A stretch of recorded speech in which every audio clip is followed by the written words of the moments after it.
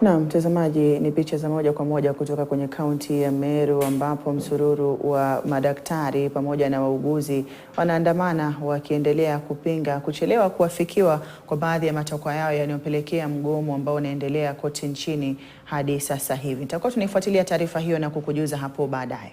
Sasa tuzamia hili ambapo wamiliki wa baa ambazo zimepewa leseni hivi majuzi katika kaunti ya Kirinyaga wanadai kunyanyaswa na mali yao kuharibiwa na machifu na wasaidizi wa machifu.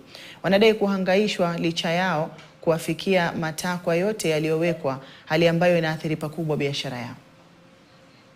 Tunajua kabisa yule mtu ako na right na ndio anapeana license kikatiba ni county government. Kindiki ya anapeana license anaweza pea mtu yamba. Chifu ana county government ndio ako na hiyo authority ya kupeana license.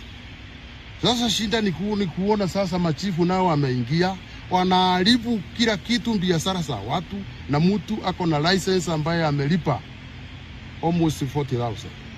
Na pia na wakikuja huko kwa vilabu wanakuja peke yao, hawakuji na wale ambao walipeana license ambayo ndio dika committee. Hawakuji na wao, wanakuja peke yao, na hao hawana mandate ya kupeana license. Mandate ya kupeana license ni county government of Kirinyaga. Tunawaonya hivi saa hii wasikie, kama hata komesha hiyo tutamanya maandamano hapa Kirinyaga ambayo itatambaa iende Murang'a, iende Nyeri, iende Kiambu, iende huko zaidi ya Embu mpaka Meru, na wasione kama ni mchezo. Tutaleta shida. Tunawaonya na hatutaki tena kuwaonya tena. Na jumla ya watu 7 wamefariki kutokana na mvua kubwa